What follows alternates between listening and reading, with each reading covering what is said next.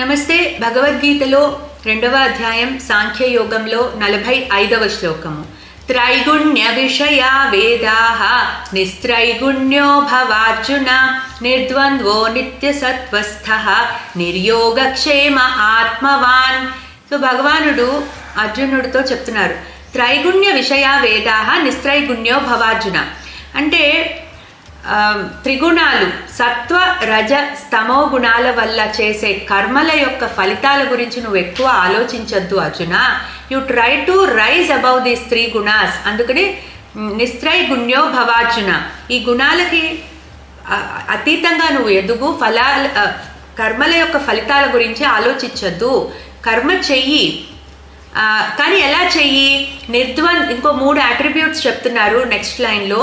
నిర్ద్వంద్వ నిత్యసత్వస్థ నిర్యోగక్షేమ.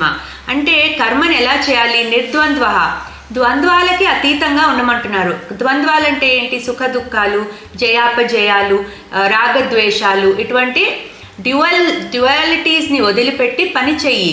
అట్లాగే నిర్యోగక్షేమ, నిత్య సత్వస్థ అంటే బిల్డ్ యువర్ ఇన్నర్ స్ట్రెంగ్త్, నీ మైండ్ యొక్క స్ట్రెంగ్త్ పెంచుకో, ద్వంద్వాలకి అతీతంగా పనిచేయి. అట్లాగే నిర్యోగక్షేమ, యోగా అంటే ఇక్కడ లేనిది పొందడము, క్షేమ అంటే ఆ పొందింది కాపాడుకోవడము.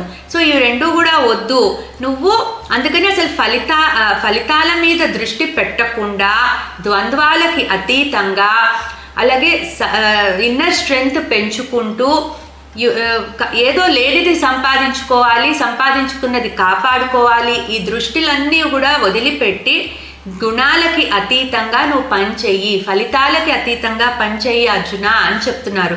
So this is the crux of karma yoga. భగవానుడు ఇక్కడ అర్జునుడికి ఎలా పనిచేయాలో చెప్తున్నారు. క్లీం కృష్ణాయ నమః.